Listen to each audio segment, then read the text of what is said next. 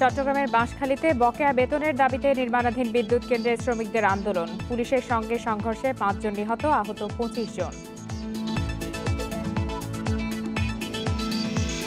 কঠোর লকডাউনেও রাজধানীতে রিকশা ও গাড়ি চলাচল প্রায় স্বাভাবিক। বিধিনিষেধ মানতে উদাসীন মানুষ।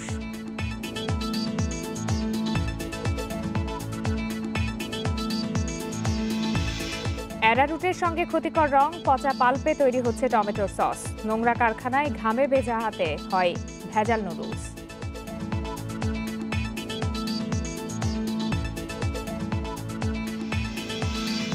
কিংবদন্তি অভিনেত্রী কবরের জানাজা সম্পন্ন, কিছুক্ষণের মধ্যে বনানী কবরস্থানে দাফন।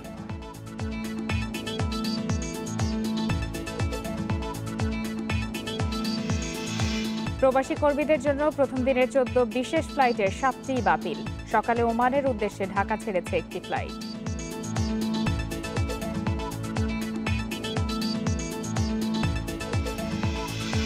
আমন্ত্রণ বিরতিহীন সংবাদ দুপুরে, সাথে আছি ফারহানা লোপা। শিরোনাম জানাচ্ছিলাম, চলে যাচ্ছি বিস্তারিত খবরে।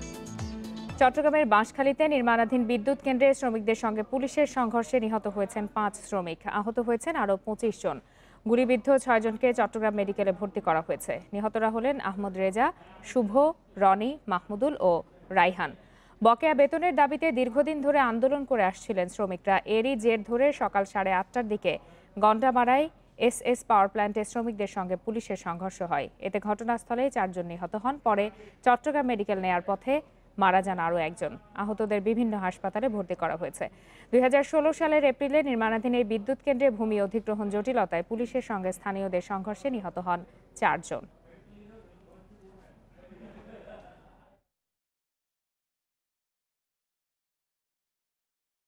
কালকে লোক ৫ জনের ফেরত দেয় নাই, আদালতে মারামারি শুরু হয়ে যায়। ইট শুরু হয়, প্রথম একজনে গুলি করে। প্রথম মনে করছিল রাবার বুলেট ছাড়ছে, তো আমরা গেট মিট ভাঙে এরা এদিকে রয়ে গেছে। তো আমরা যারা ভয় পেয়ে গেছি, আমরা যদি বাইসে আছি, এগুলো ভিতরে ঢুকে গেছে। যারা সামনে ছিল এরা তো সামনে রয়ে গেছে। আমরা গেছি রুমের ভিতরে, এরা গুলি করা শুরু করছে। পরে গুলির আওয়াজ, মানে শুধু গুলির আওয়াজ হইতে জমা ইট মারতেছে এইভাবে। পরে বাইরে এ বিষয়ে আরো বিস্তারিত জানাতে বাঁশখালী থেকে যোগ দিয়েছেন সহকর্মী হাসান রিটন। রিটন, আন্দোলন কতখানি সহিংস ছিল যে গোলাগুলির মতো ঘটনা ঘটেছে এবং এই ঘটনা এখন পর্যন্ত ৫ জন নিহত হয়েছেন, এবং সেখানকার সার্বিক পরিস্থিতি এখন কেমন দেখছেন, বিস্তারিত জানাবেন। দেখুন, যারা মারা গেছেন তাদের সহকর্মীদের কাছ থেকে যেটা আমরা আলাপ করে জেনেছি, সেটা হচ্ছে আসলে এখন এই রমজানের মাস, তারা আসলে তাদের একটি দাবি ছিল বেশ কয়েকদিন ধরে, তারা হচ্ছে ইফতারের সময়টা তাদেরকে যাতে ছুটি দেওয়া হয় এবং সেই ছুটির সময় তারা তাদের নিজ নিজ বাসায় গিয়ে ইফতার করবে। কিন্তু এটি আসলে কোনোভাবেই কর্তৃপক্ষ মানছিল না এবং গতকালকে আসলে এখানে প্রতিষ্ঠানের যারা কর্ণধার রয়েছেন তাদের সঙ্গে তাদের কথা হয়েছিল যে শেষবারের মতো কথা হয় যে তারা কি করা যায়, অর্থাৎ যে তাদের যে দাবি সেটি নিয়ে আসলে কি করা যায় এই কথাটি হয়েছিল। এবং আজকে সকালে তাদেরকে কাজে যোগ দিতে বলা হয়। যোগ দিতে বললে তারা আসলে আবারও তাদের যে দাবি, সেই দাবিটি উত্থাপন করে। এই সময় আসলে পুলিশ তাদেরকে বাধা দেওয়ার এক পর্যায়ে আসলে উভয় পক্ষের মতো, অর্থাৎ শ্রমিক এবং পুলিশের সঙ্গে প্রথমে ধাক্কাধাক্কি হয়, পরবর্তীতে আসলে সংঘর্ষ ছড়িয়ে পড়ে এবং এখানে যারা নিহত হয়েছেন তাদের যারা সহকর্মী আছেন তাদের দাবি হচ্ছে আসলে পুলিশ বিনা উস্কানিতে একেবারে সরাসরি পাখির মতো গুলি করে তাদের যে সহকর্মী রয়েছে তাদেরকে হত্যা করেছে। আমরা দেখেছি চট্টগ্রামের এই মুহূর্তে আমরা আছি চট্টগ্রামের বাঁশখালী স্বাস্থ্য কমপ্লেক্সে। এখানে আহমদ রেজা, শুভ, রনি, মাহমুদুল হক সহ ৪ জন মারা যান। পরবর্তীতে আহত অবস্থায় আরেকজনকে চট্টগ্রাম মেডিকেল কলেজ হাসপাতালে নেওয়া হলে সেখানে রায়হান নামে একজনের মৃত্যু হয়। আমরা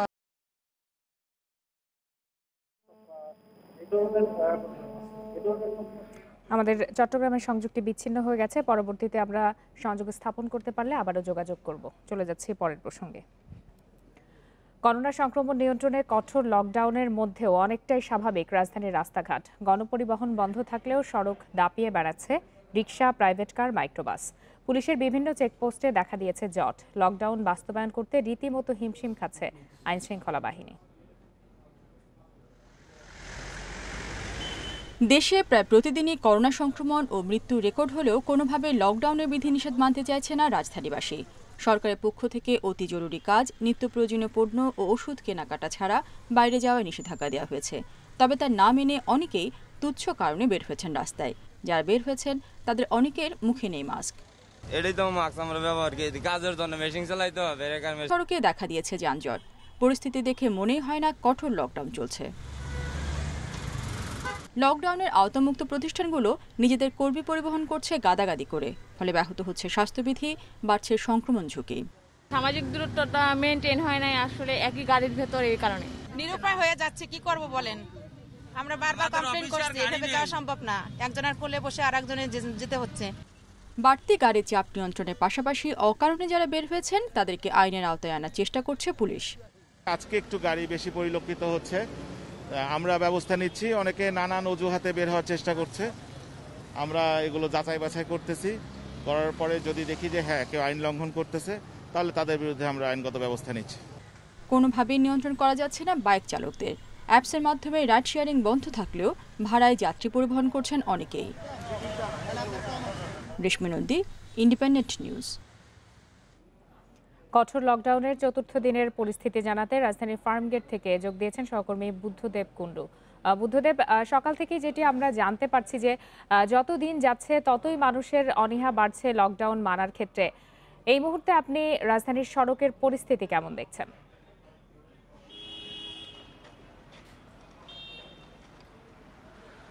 লোপা, কঠোর লকডাউনের চতুর্থ দিন চলছে। চতুর্থ দিনে আমরা যেটা সরকার থেকে ঘোষণা করা হয়েছিল যে কঠোর লকডাউন, সেরকম কিন্তু আমরা দেখতে পাচ্ছি না। আপনাকে যদি আমি দেখাতে চাই যে আজকে এই মানে যেভাবে পাচ্ছে যানবাহনে তারা কিন্তু চলাচল করছে।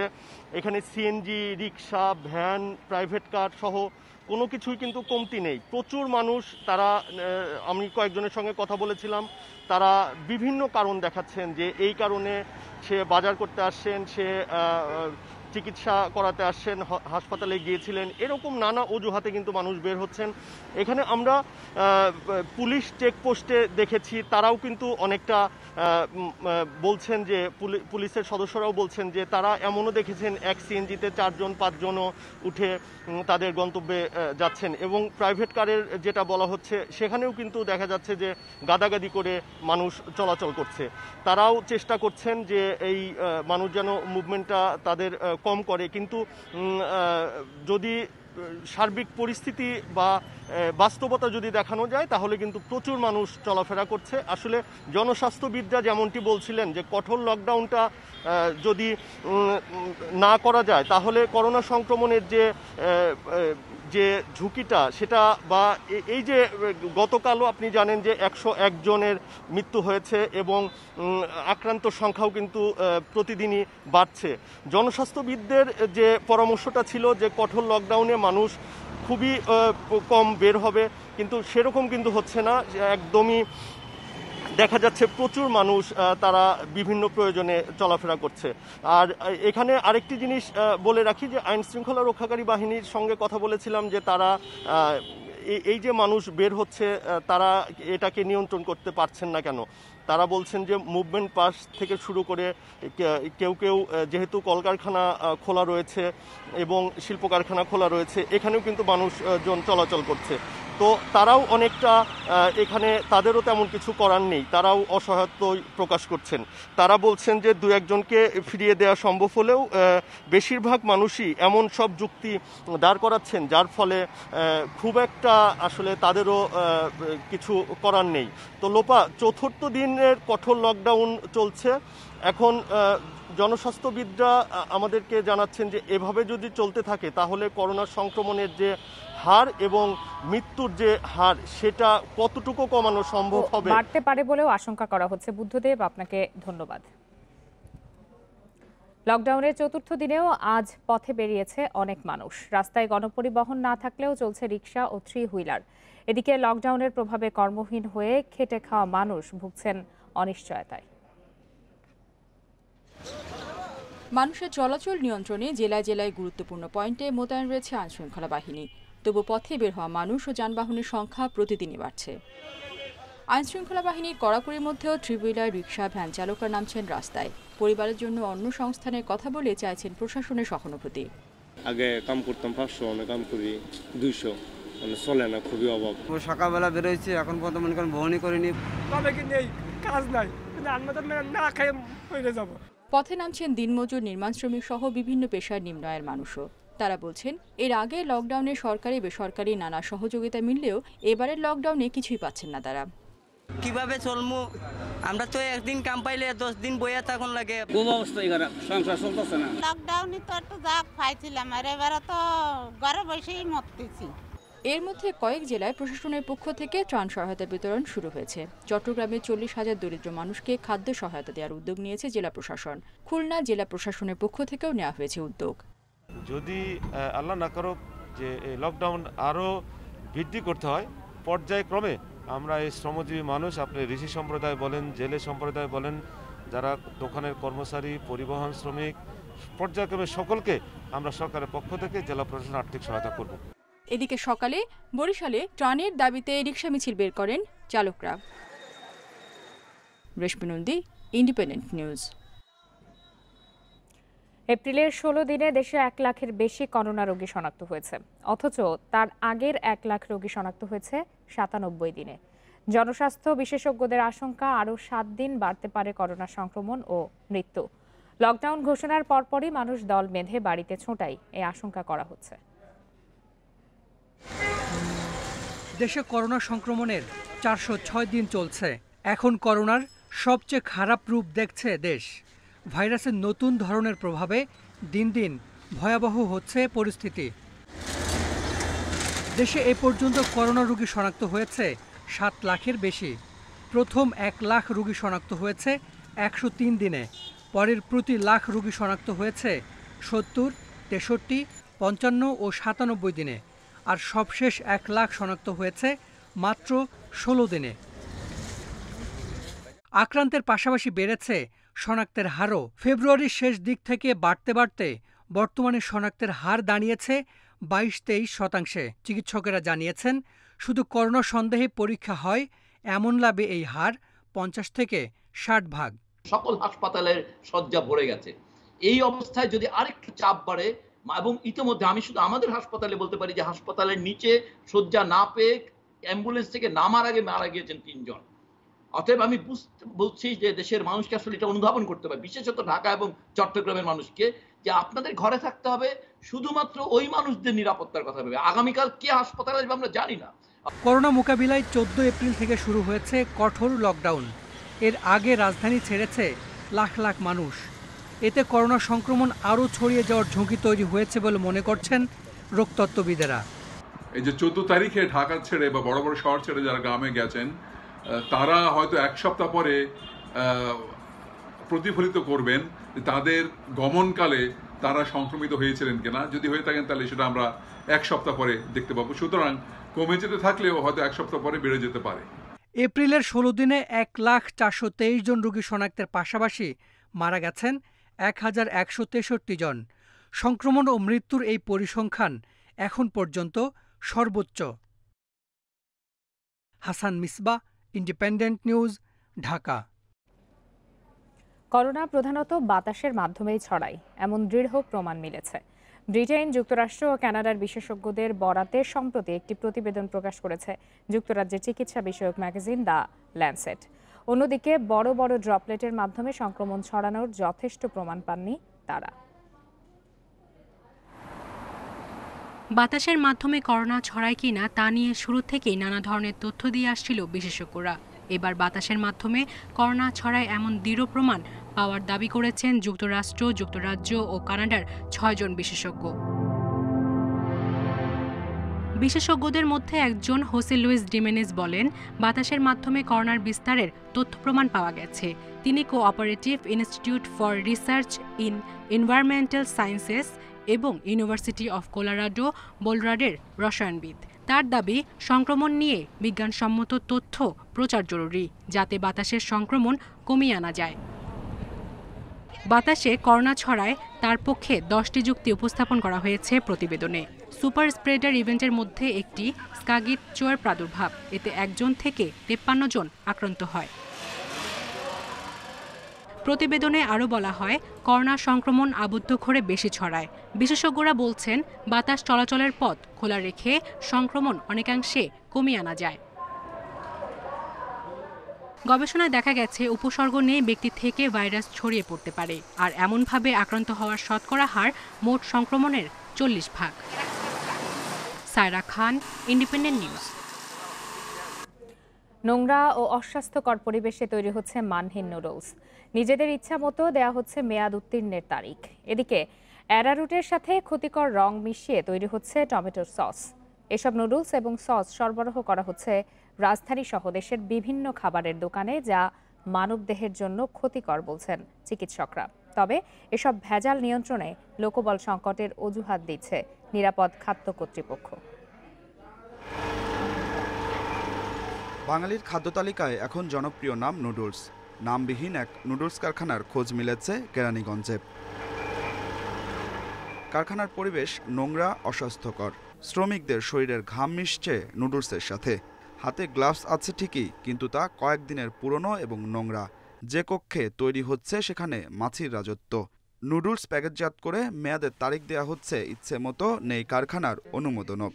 চাইনিজ হোটেল যে জায়গাতে যা আছে না, এই জায়গাটা সব জায়গাতে দেওয়া। আমার ছেলে সব কিছু বলে দিবে না যে এই যা দেয়। মনে করেন আজকে ছাপাই আনে 4-5 যে কদিন চলে সে কদিন চলে আবার করি।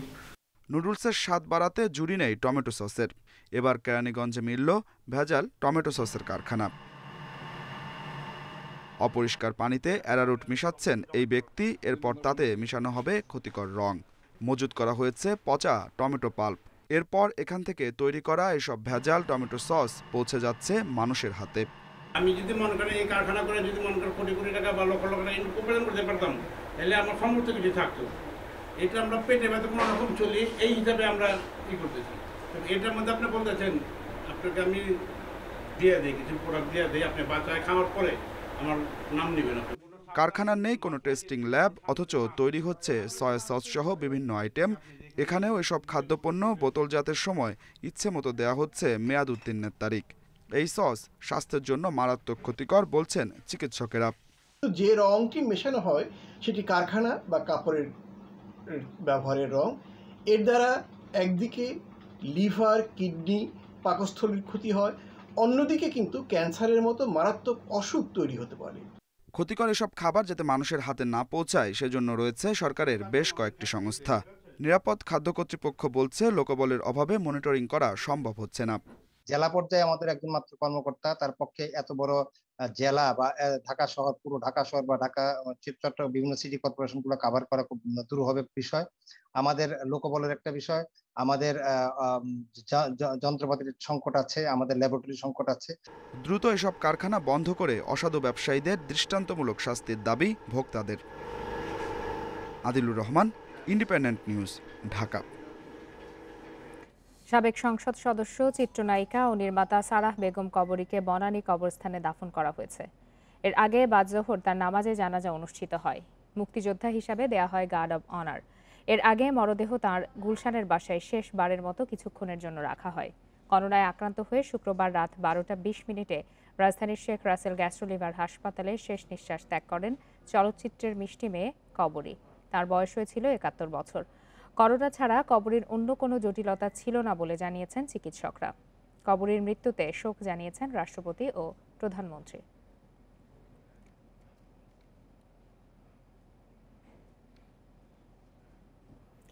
করোনার কাছে হেরে গেলেন বাংলা চলচ্চিত্রের প্রিয় মুখ মিষ্টি মেয়ে সারাহ বেগম কবরী। 13 বছর বয়সে চলচ্চিত্র জগতে প্রবেশ করে অভিনয় করেন শতাধিক ছবিতে।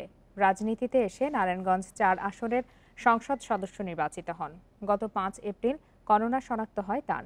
রাজধানীর মহাখালীর শেখ রাসেল গ্যাস্ট্রো-লিভার হাসপাতালে চিকিৎসাধীন অবস্থায় বৃহস্পতিবার সন্ধ্যায় নেওয়া হয় লাইফ সাপোর্টে।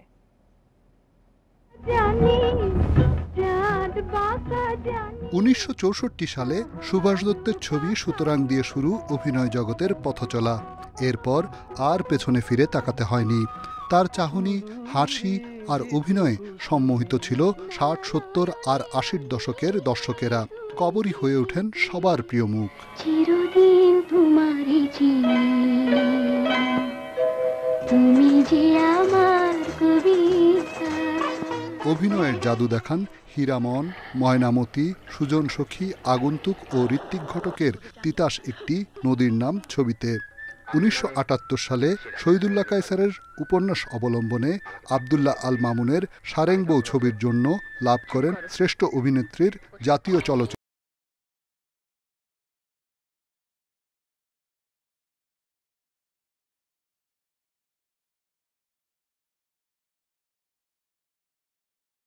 সংগ্রামী জীবনে কবরী চলচ্চিত্র ও রাজনৈতিক জীবনে পেয়েছেন সমান সাফল্য। 2008 সালে সংসদ নির্বাচনে আওয়ামী লীগের টিকিটে নির্বাচিত হন সংসদ সদস্য। এবছরের 17 মার্চ নির্মাতা হিসেবে তার দ্বিতীয় ছবি এই তুমি সেই তুমির শুটিং শুরু করেন তিনি। এই ছবিতে গীতিকার হিসেবেও আত্মপ্রকাশ করেন কবরী। তার প্রথম নির্মিত ছায়াছবি আয়না জাতীয় চলচ্চিত্র পুরস্কারের বিভিন্ন শাখায় পুরস্কৃত হয়। পিতা শ্রীকৃষ্ণ দাস পাল আর মা লাবণ্য প্রভা পালের সন্তান মীনাপালি রূপালী পর্দায় এসে হয়ে যান কবরী। নৃত্যশিল্পের হাতেখড়ির পর সে পথ ধরেই চলে আসেন সিনেমার রূপালী জগতে। 2017 সালে 21শে বইমেলায় কবরী প্রকাশ করেন তার আত্মজীবনীমূলক বই স্মৃতিটুকু থাক। রিশাদ হুদা, ইন্ডিপেন্ডেন্ট নিউজ, ঢাকা। প্রবাসী কর্মীদের জন্য 5 দেশে বিশেষ ফ্লাইট চালুর শুরুর দিনই নানা জটিলতায় 14টি ফ্লাইটের মধ্যে বাতিল হলো 7টি ফ্লাইট। এর মধ্যে সৌদি আরবের 3টি ও সংযুক্ত আরব আমিরাতগামী 4টি ফ্লাইট রয়েছে। শনিবার হযরত শাহজালাল আন্তর্জাতিক বিমানবন্দর থেকে সকাল 6টা 15 সৌদি আরবের রিয়াদে একটি ফ্লাইট যাওয়ার কথা থাকলেও তা বাতিল করা হয়। এই ফ্লাইটের যাত্রীদের হোটেলে রাখা হয়েছে। চৌকি পেতে তৈরি করা হয় মঞ্চ। সেই চৌকির ওপর দাঁড়িয়ে শপথ নেয় ঐতিহাসিক মুজিবনগর সরকার। শপথ অনুষ্ঠানের কথা জানতে পারলে বিমান হামলা চালাতো পাকিস্তানি হানাদার বাহিনী। সেই ঝুঁকি নিয়েই বেলা 11টায় শুরু হয় শপথ অনুষ্ঠান। উপস্থিত ছিলেন বিভিন্ন দেশের প্রায় 50 জন সাংবাদিক। 45 মিনিটের অনুষ্ঠানে সমবেত কণ্ঠে গাওয়া হয় জাতীয় সঙ্গীত। মানচিত্র খচিত স্বাধীন বাংলার পতাকা তোলেন অস্থায়ী রাষ্ট্রপতি সৈয়দ নজরুল ইসলাম। স্বাধীনতার ঘোষণাপত্র পাঠ করেন আওয়ামী লীগের সংসদীয় দলের চিফ হুইপ অধ্যাপক ইউসুফ আলী। 12টি মন্ত্রণালয় নিয়ে গঠিত সরকারে বঙ্গবন্ধু শেখ মুজিবুর রহমানকে রাষ্ট্রপতি, সৈয়দ নজরুল ইসলামকে উপরাষ্ট্রপতি, তাজউদ্দিন আহমেদকে প্রধানমন্ত্রী, খন্দকার মোশতাক আহমেদকে পররাষ্ট্রমন্ত্রী, ক্যাপ্টেন এম মনসুর আলীকে অর্থমন্ত্রী ও এইচ.এম. কামরুজ্জামানকে স্বরাষ্ট্রমন্ত্রীর দায়িত্ব দেওয়া হয়। জেনারেল আতাউল গনি ওসমানীকে করা হয় মুক্তিবাহিনীর প্রধান কমান্ডার। 1971-এর 17 এপ্রিল মুজিবনগরের আমরো কাননে আমাদের যে স্বাধীনতার লাল সূর্য অস্তমিত হয়েছিল, আমরা আবার সেই স্বাধীনতার লাল সূর্য আমরা উড্ডয়ন করেছিলাম। আমার জীবনের শ্রেষ্ঠ দিন। আমি নিজেও সশরীরে এই মুজিবনগরের আমরো কাননে উপস্থিত ছিলাম। শপথ অনুষ্ঠানে ভাষণ দেন উপরাষ্ট্রপতি সৈয়দ নজরুল ইসলাম ও প্রধানমন্ত্রী তাজউদ্দিন আহমেদ। বিশ্ববাসীর কাছে আবেদন জানান নতুন রাষ্ট্রের কূটনৈতিক স্বীকৃতি দান ও সামরিক সাহায্যের। বাংলাদেশ সরকারের মুজিবনগর সরকারের এই প্রকাশ্যে শপথ গ্রহণ আন্তর্জাতিক অঙ্গনে মুক্তিযুদ্ধকে নতুনভাবে পরিচিতি দেয়। এই শপথের মধ্য দিয়ে বাংলাদেশ নামে একটি দেশের আনুষ্ঠানিক আত্মপ্রকাশ হয়। মুক্তিযুদ্ধের সমন্বয়ক এবং আন্তর্জাতিক সম্প্রদায়ের সমর্থন আদায়ে এই সরকারের ভূমিকা ছিল অপরিসীম। মুজিবনগর সরকারের নেতৃত্বেই মুক্তিযুদ্ধে বিজয় ছিনিয়ে নেয় বাংলাদেশ। স্বাধীন হয় 1971 সালের 16 ডিসেম্বর। মাহমুদুন নবী, ইন্ডিপেন্ডেন্ট নিউজ।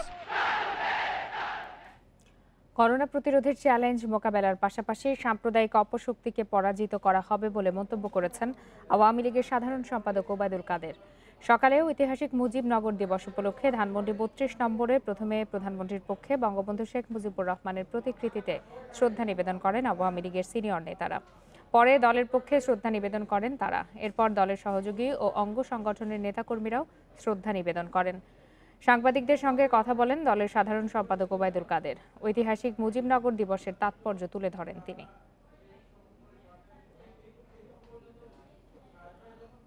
স্বাধীনতা চেতনার শত্রু সাম্প্রদায়িকতাকে রুখতে হবে, প্রতিহত করতে হবে, পরাজিত করতে হবে।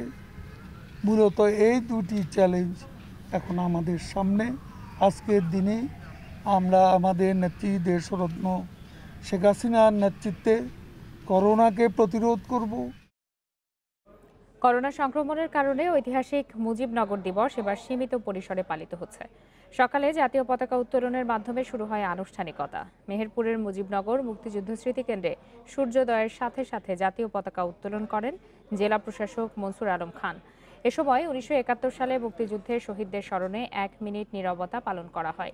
সকাল 10:30টার দিকে মুজিবনগর স্মৃতিসৌধে ফুল দিয়ে শ্রদ্ধা জানায় আওয়ামী লীগের কেন্দ্রীয় নেতাদের একটি প্রতিনিধি দল। এতে অন্যান্যদের মধ্যে উপস্থিত ছিলেন আওয়ামী লীগের যুগ্ম সাধারণ সম্পাদক মাহবুবুল আলম হানিফ, জনপ্রশাসন প্রতিমন্ত্রী ফরহাদ হোসেন এবং জাতীয় সংসদের হুইপ আবু সাইদ আল মাহমুদ স্বপন।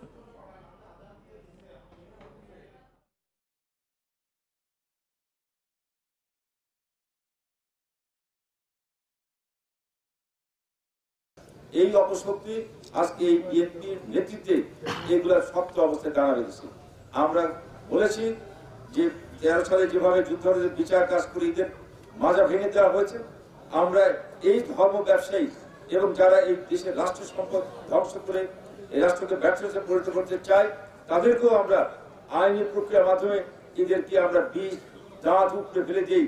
এই মানুষের আমরা কণ্ঠমুক্ত করে আমরা জনতা শেখের নেতৃত্বে এই মানুষকে এগিয়ে নিয়ে যাব। নজরুল ইসলাম নাইম ও আশরাফি সিদ্দিকা দম্পতি। আশরাফি নিজেকে পরিচয় দেন দুদক কমিশনারের পিএস হিসাবে। বিভিন্ন ব্যবসা প্রতিষ্ঠানে ফোন করে নিজের স্বামী নাইমকে কমিশনার বলে ফোনে ধরিয়ে দেন। এরপর নাইম দুদকের বাৎসরিক ম্যাগাজিন দুদক বার্তায় যান বিজ্ঞাপন। এভাবে কমপক্ষে 30 প্রতিষ্ঠানের কাছ থেকে লাখ লাখ টাকা হাতিয়েছেন তারা। সম্প্রতি তাদের গ্রেপ্তার করেছে ডিবি। ফারদিন অ্যাক্সেসরিজের জিএম এম রহমান আপনের কাছে দুদক কর্মকর্তা পরিচয়ে ফোন আসে। প্রস্তাব দেয়া হয় ম্যাগাজিনে বিজ্ঞাপন দিতে। ইমেইলে দুদকের প্যাডে আবেদনও পাঠানো হয়। আদায় করে নেওয়া হয় 40,000 টাকা। ফুল পেজের জন্য 40,000 টাকা দেওয়া লাগবে। তখন আমি আবার ম্যানেজমেন্টকে জানানোর পর ম্যানেজমেন্ট বললো ঠিক আছে, চাচ্ছে পুরো পেজ দিয়ে দাও। 26শে মার্চের দিন বই বেরোবে আমাদেরকে এসে নিয়ে কালেক্ট করার জন্য। তারপর আর কোনো যোগাযোগ করেনি আমাদের সাথে। ফারদিন ছাড়াও নাভানা আরকে সিরামিকের মতো একাধিক প্রতিষ্ঠানের অভিযোগ পায় গোয়েন্দা পুলিশ। অভিযান চালিয়ে গ্রেপ্তার করা হয় অভিযুক্ত দম্পতি নজরুল ইসলাম নাইম ও আশরাফি সিদ্দিকাকে। গ্রেপ্তার নাইম নটরডেম কলেজ থেকে এইচএসসি ও ঢাকা বিশ্ববিদ্যালয় থেকে অনার্স শেষ করে 2014 সালে একটি বিজ্ঞাপন সংস্থা খোলেন। তিনি জানান 2017 সালে নাভানা গ্রুপে বিজ্ঞাপন চাইলে তাকে অপমান করা হয়। এর প্রতিশোধ নিতেই পত্রিকায় দুদকের ম্যাগাজিনের বিজ্ঞাপন দেখে নিজেই দুদক কর্মকর্তা সেজে প্রতারণা শুরু করেন। প্যাড তৈরি করে দুদকের জন্য বিজ্ঞাপন চাইতাম, ঠিক আছে, ওটাতে উল্লেখ করে দিতাম যে রেট এত বা রেট এত, ঠিক আছে, সাধারণত 20, 10, 30, 40 এই ধরনের অ্যামাউন্ট চাও। গোয়েন্দারা বলছেন প্রথমে নিজে করলেও দ্বিতীয় বিয়ের পর স্ত্রী আশরাফিকেও এ কাজে সম্পৃক্ত করেন তিনি। আশরাফি দুদক কমিশনারের পিএস ও নজরুল কমিশনার ও উপপরিচালকের পরিচয় দিয়ে বিভিন্ন প্রতিষ্ঠানে ফোন করতেন। পরে বিজ্ঞাপনের নামে টাকা নিতেন নিজের বা অন্যের ব্যাংক অ্যাকাউন্টে। দুদকের কর্মকর্তারা ইনভেস্টিগেশন করবেন ব্যক্তিদের ব্যাপারে, সে সমস্ত কথা বলে বিকাশে, নগদে এবং ব্যাংকে বিভিন্ন ভুয়া অ্যাকাউন্ট তারা তৈরি করেছে, সেই অ্যাকাউন্টে টাকাগুলো হাতিয়ে নিতে। এখন পর্যন্ত কমপক্ষে 30টি প্রতিষ্ঠানকে প্রতারিত করেছে এই চক্র। 2017 সালে সহযোগী সহ নজরুলকে গ্রেপ্তার করে দুদক। 2020 সালে নজরুল পালিয়ে গেলেও তার এক সহযোগী একই অভিযোগে গ্রেপ্তার হয়। Masudur Rahman, independent News, Dhaka.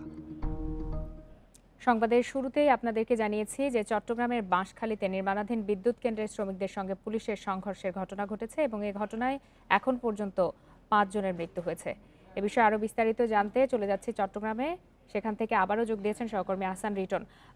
Written, বকেয়া বেতন আসলে কতদিন ধরে বকেয়া রয়েছে এবং শ্রমিকরা তো এর আগে যেমনটি আমরা আপনার মাধ্যমে জানছিলাম, শ্রমিকরা বলছেন যে তাদের আসলে কিছু বুঝে ওঠার আগেই গুলি করা হয়েছে। এই যে 5 জন এখন পর্যন্ত নিহত হয়েছেন এবং 20-25 জনের মতো আহত হয়েছেন, পুলিশ কেন তাদের আন্দোলনে গুলি করলো, এই বিষয়ে পুলিশের কোনো বক্তব্য কি পাওয়া গেছে? না, দেখুন, এখনো পর্যন্ত আমরা আসলে আজকে যে ঘটনা এটা নিয়ে আসলে পুলিশের কোনো বক্তব্য আমরা পাইনি। আমরা একটু বলে রাখি যে আসলে যে কজন মারা গেছেন তাদের যে সমস্ত সহকর্মীকে আমরা এই বাঁশখালী স্বাস্থ্য কমপ্লেক্সে এসে পেয়েছি, তাদের যেটি দাবি সেটি হচ্ছে আসলে তাদের বকেয়া বেতন সহ বেশ কিছু দাবি তাদের দীর্ঘদিন ধরে ছিল। পাশাপাশি আজকে যে ঘটনাটি ঘটেছে সেটি আসলে এই রমজানকে দিকে একটি বিষয়। তারা বলছেন যে আসলে তারা চাইছিলেন যে দিন শেষে তারা আসলে ইফতারটি তাদের নিজ নিজ বাসায় গিয়ে করবেন এবং সেই ইফতার করার যে 1 ঘন্টার একটি কর্মবিরতি তাদের কর্ম বিরতি বলা চলে, অর্থাৎ 1 ঘন্টা তারা আসলে কর্তৃপক্ষের কাছ থেকে ছুটি চেয়েছিলেন এবং সেটি এখানে যারা চীনা কর্তৃপক্ষ রয়েছেন তারা আসলে এই বিষয়টি মানতে কোনোভাবেই রাজি হচ্ছিলেন না এবং সেই বিষয়টি নিয়ে গতকালকেও তাদের সঙ্গে কথা হয়েছে এবং আজকে সকালে প্রশাসনের পক্ষ থেকে তাদেরকে বলা হয়েছিল যে তারা যাতে কাজে যোগ দেয়। তারা আসলে অনেকটা পেটের দায়েই আজকে সকালবেলা যে কারখানায় তারা কাজ করতেন সেখানে তারা গিয়েছিলেন এবং গিয়ে তারা আগের যে দাবি সেটি উত্থাপন করে। এই সময় আসলে পুলিশ তাদেরকে বাধা দেয় এবং বাধা দেওয়ার এক পর্যায়ে উভয় পক্ষের মধ্যে সংঘর্ষ ছড়িয়ে পড়ে এবং এখানে যারা আহত আছেন, যারা আহত নিহতদের যারা সহকর্মী আছেন তারা বলছেন যে আসলে সেখানে এমন কিছু ঘটেনি যে কারণে আসলে পাখির মতো তাদেরকে গুলি করে মারতে হয়। তারপর আসলে পুলিশ তাদের দাবি অনুযায়ী পুলিশের পক্ষ থেকে গুলি করা হয়েছে এবং আমাদেরকে বেশ কয়েকজন গুলির কিছু খোসাও এখানে আসলে উপস্থাপন করা হয়েছে আমরা দেখেছি এবং তাদের যুক্তি হচ্ছে যে আসলে নানা কারণে এই সমস্ত প্রতিষ্ঠানগুলোতে নিরীহ শ্রমিকদের উপর দিনের পর দিন মাসের পর মাস কথায় কথায় ছাতায় সহ নানা রকমের যে ঝামেলা নির্যাতন জুলুম করে আসে। এটির ক্ষোভ এমনি দীর্ঘদিন ধরে ছিল। তার পাশাপাশি এই দাবিটি উত্থাপন আজকে তারা করেছে এবং করার পরে শান্তিপূর্ণ পরিবেশে তারা বলছে যে সামান্য কথা কাটাকাটি হয়েছে, এর মধ্যেই পুলিশ তাদের উপর নির্বিচারে গুলি করে এবং গুলি করার পরে 5 জন এখনো পর্যন্ত নিহত হন। আমরা অনেকের কাছে জেনেছি যে আসলে এখনো পর্যন্ত সেই কারখানার ভেতরে অসংখ্য মানুষ আহত নিহত অবস্থায় পড়ে আছে এবং অনেককে চট্টগ্রাম মেডিকেল কলেজ হাসপাতাল সহ নানা হাসপাতাল নিয়ে গেছে।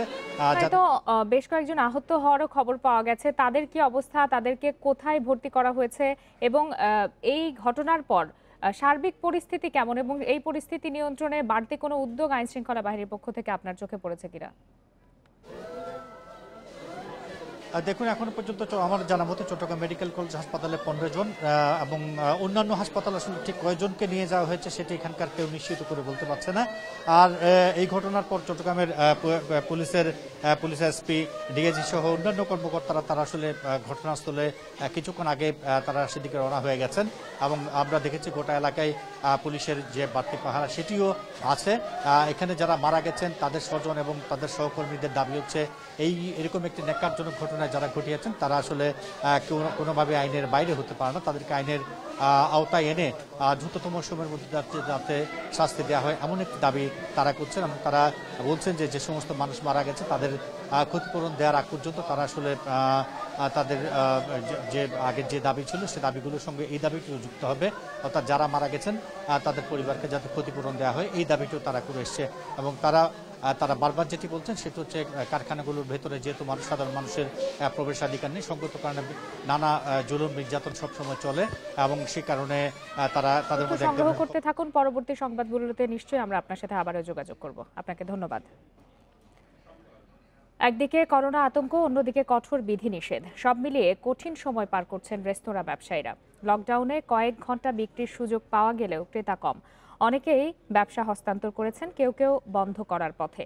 তাই ক্ষতি পুষিয়ে নিতে প্রণোদনার দাবি উদ্যোক্তাদের। রাজধানীর খিলগাঁওয়ের তালতলা এলাকা, এখানকার রেস্তোরাঁগুলো ক্রেতা বিক্রেতায় মুখরিত থাকলেও এখন নীরব। কঠোর সরকারি বিধিনিষেধ শুরু হওয়ায় বন্ধ বেশিরভাগ ক্যাফে। এবারে লকডাউনে কয়েক ঘন্টা রেস্তোরাঁ খোলার সুযোগ মিললেও ক্রেতাদের বসানো যাবে না, খাবার কিনে বাসায় নিয়ে যেতে হবে। কিন্তু ক্রেতার সংখ্যা অনেক কম হওয়ায় পুঁজি ওঠানো নিয়ে শঙ্কায় তারা। দীর্ঘ সময় ব্যবসা না থাকায় কেউ কেউ মালিকানা হস্তান্তর করেছেন, আবার বন্ধ হয়ে যাওয়ার তালিকায় রয়েছে অনেক হোটেল ক্যাফে। মানুষের এখন অর্থনৈতিক অবস্থা খুবই খারাপের দিকে এবং কর্মচারীরা আর কেউ ঘরে ফিরে যেতে চাচ্ছে না, তাদের যাওয়ার মতন আর জায়গা নেই। তারা বারবারই বলছে যে যদি মরতে হয় তাহলে এখানেই কর্ম করে মরবে। তো বছর লকডাউনের কারণে আমাদের প্রায় 30%-এর বেশি হোটেল মালিকরা দেউলিয়া হয়ে গেছে। তো এখন পর্যন্ত এই লকডাউনে আমাদের 80%-এর মতো রেস্তোরাঁ ইতিমধ্যে বন্ধ। ব্যবসায়ীদের মতে হোটেল ব্যবসায় করোনার প্রভাব সরাসরি। গতবারের লকডাউনের প্রভাব এখনও কাটিয়ে ওঠা যায়নি, মেলেনি সরকারি আর্থিক প্রণোদনা। শ্রমিকদের বেতন, বিদ্যুৎ বিল, দোকান ভাড়া মিলিয়ে ঋণগ্রস্ত হয়ে পেশা ছেড়েছেন অনেকে। একটি মূল দাবি যে পৃথিবীর সব দেশেই যারা রেস্টুরেন্ট ব্যবসার সাথে জড়িত আছে, খাদ্য ব্যবসার সাথে জড়িত আছে, সরকার কর্তৃক তাদের প্রণোদনা, তাদের অনুদান দেওয়া হয়ে থাকে। বাংলাদেশে প্রকৃতপক্ষে আমরা রেস্তোরাঁ ব্যবসার সাথে জড়িত যারা আছে আমরা কেউ পাইনি। তো এইবার যেন আমরা এই প্রণোদনা বা রানিং ক্যাপিটাল যেন আমরা পাই, এটা আপনাদের মাধ্যমে জোর দাবি জানাচ্ছি। রেস্তোরাঁ মালিক সমিতির তথ্য মতে ঢাকা মহানগরে রেস্তোরাঁ প্রায় ৮,০০০। এসব রেস্তোরাঁয় সব মিলিয়ে কাজ করেন প্রায় ২.৫ লাখ শ্রমিক, যাদের বেশিরভাগই বেকার হওয়ার ঝুঁকিতে। Shahid Ahmed, Independent News, Dhaka. বিরতিহীন সংবাদ দুপুরে আরও যা থাকছে। রানী দ্বিতীয় এলিজাবেথের স্বামী প্রিন্স ফিলিপের শেষকৃত্য আজ। সামাজিক দূরত্ব মেনে অংশ নেবেন মাত্র ৩০ জন।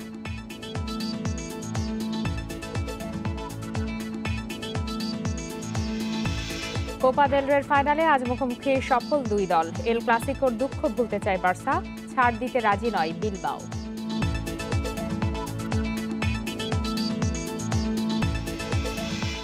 দ্বিতীয় ধাপের করোনার থাবায় বিপর্যস্ত ভারত। দেশটিতে আবারও আক্রান্তের রেকর্ড হয়েছে।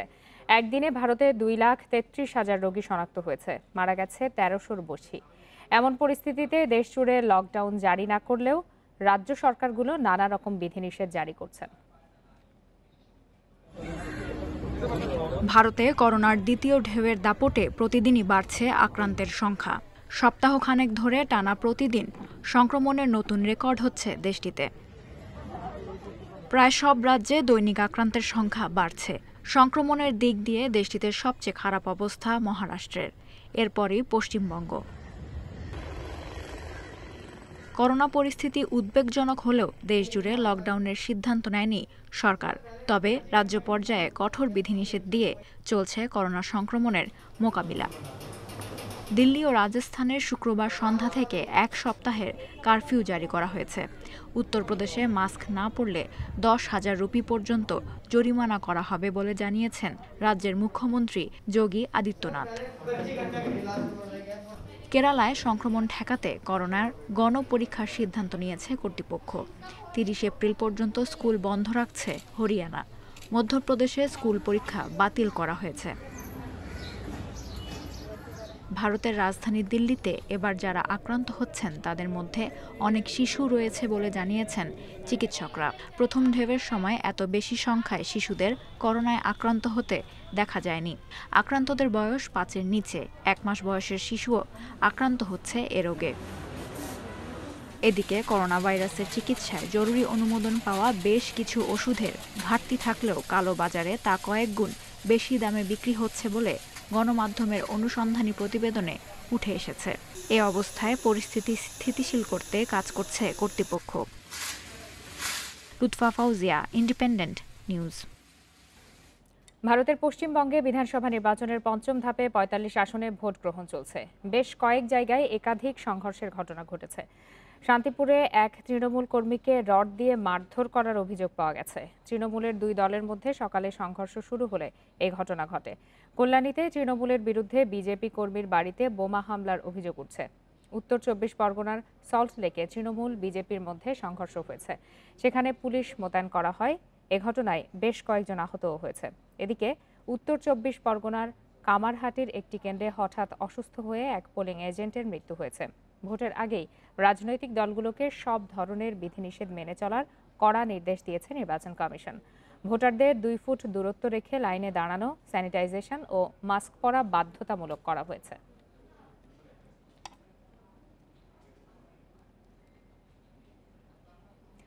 ব্রিটেনের রানী দ্বিতীয় এলিজাবেথের স্বামী প্রিন্স ফিলিপের শেষকৃত্য আজ। স্থানীয় সময় দুপুর 3টায় প্রিন্স ফিলিপের স্মরণে যুক্তরাজ্য জুড়ে 1 মিনিট নীরবতা পালন করা হবে। এরপর উইন্ডসর ক্যাসলে শুরু হবে মূল আনুষ্ঠানিকতা। উইন্ডসরের সীমিত পরিসরের এই আয়োজনে উপস্থিত থাকবেন 4 সন্তান সহ মাত্র 30 জন। উইন্ডসর ক্যাসলে একটি ব্যক্তিগত চ্যাপেল থেকে নিজের নকশা করা ল্যান্ড রোভার গাড়িতে করে সেন্ট জর্জেস চ্যাপেলে ফিলিপের মরদেহ নেওয়া হবে। প্রিন্স ফিলিপের শেষ ইচ্ছা অনুযায়ী সামাজিক দূরত্ব মেনে পারিবারিকভাবে তার শেষকৃত্য অনুষ্ঠিত হবে। সাধারণ মানুষ শেষবারের মতো শ্রদ্ধা জানাতে পারবেন না তাকে। পুরো অনুষ্ঠান সরাসরি সম্প্রচার করা হবে গণমাধ্যমে। সেন্ট জর্জেস চ্যাপেলের নিচে অবস্থিত রয়্যাল ভল্টে দাফন করা হবে ডিউক অব এডিনবরা প্রিন্স ফিলিপকে। শ্রীলঙ্কা সফরে লাল ও সবুজ দলে ভাগ হয়ে 2 দিনের প্রস্তুতি ম্যাচ খেলছে বাংলাদেশ। ব্যাটিংয়ে তামিমের লাল দল। মধ্যাহ্ন বিরতির আগ পর্যন্ত লাল দলের সংগ্রহ বিনা উইকেটে 100 রান। মূল লড়াইয়ে নামার আগে নিজেদের মধ্যে ভাগ হয়ে 2 দিনের এক ম্যাচ খেলছে বাংলাদেশ দল। সবুজ দলের অধিনায়ক মুমিনুল হক আর লাল দলের অধিনায়ক তামিম ইকবাল। ব্যাটিংয়ে প্রস্তুতি ভালো হয়েছে তামিমের। 63 রান করেন টাইগার ড্যাশিং ওপেনার। পরে স্বেচ্ছায় অবসর নেন তিনি। পরে সাইফ হাসানকে সঙ্গ দিতে আসেন নাজমুল শান্ত। বিরতির আগ পর্যন্ত সাইফ অপরাজিত আছেন 23 রানে। এল ক্লাসিকোতে হারের তিক্ততা নিয়ে কোপা দেল রের ফাইনালে নামবে বার্সেলোনা। শিরোপা নির্ধারণী ম্যাচে বার্সার চ্যালেঞ্জ অ্যাথলেটিক বিলবাও। কোচের দায়িত্ব নেয়ার পর বার্সাকে প্রথম শিরোপা জেতাতে মরিয়া রোনাল্ড কোম্যান। অন্যদিকে ছাড় দিতে রাজি নয় বিলবাও কোচ গার্সি টোরাল। ম্যাচ শুরু বাংলাদেশ সময় রাত 1:30টায়। কোপা দেল রেতে সবচেয়ে সফল দুই ক্লাব এবারের ফাইনালে মুখোমুখি। বার্সেলোনা রেকর্ড 30 বারের চ্যাম্পিয়ন, বিলবাওয়ের শোকেছে 23 ট্রফি। 2 মৌসুম বাদে শ্রেষ্ঠত্বে ফিরতে মরিয়া বার্সা। কোচ রোনাল্ড কোম্যানের জন্য বিশেষ ম্যাচ। দায়িত্ব নিয়ে প্রথম শিরোপা জিতে স্বস্তি ফেরানোর সুযোগ তার সামনে। এল ক্লাসিকো হারের তিক্ততার সঙ্গী করে নামবে ব্লুগ্রানা। বিলবাও পরীক্ষায় জেরার্ড পিকে ফিরতে প্রস্তুত। ফ্রন্টলাইনে মেসি ডেম্বেলের সাথে গ্রিজম্যানে আস্থা রাখতে চান কোম্যান। বার্সার মতো দলকে কোচিং করালে আপনাকে ট্রফি জিততেই হবে। ফাইনাল ঘিরে আমরা সর্বোচ্চ প্রস্তুতি নিয়েছি। বিলবাও চেনা প্রতিপক্ষ, সম্প্রতি ওদের সঙ্গে কয়েকবার দেখা হয়েছে। তবে এসব দূরে ঠেলে ট্রফি জেতাই আমাদের মূল উদ্দেশ্য। বিলবাও সম্প্রতি বাজে সময় পার করছে। সবশেষ 6 ম্যাচে জেতেনি ওরা। লিগে অবস্থান 11 নম্বরে। তারপরেও বার্সাকে সহজেই ছাড়বে না দ্য লায়ন্স।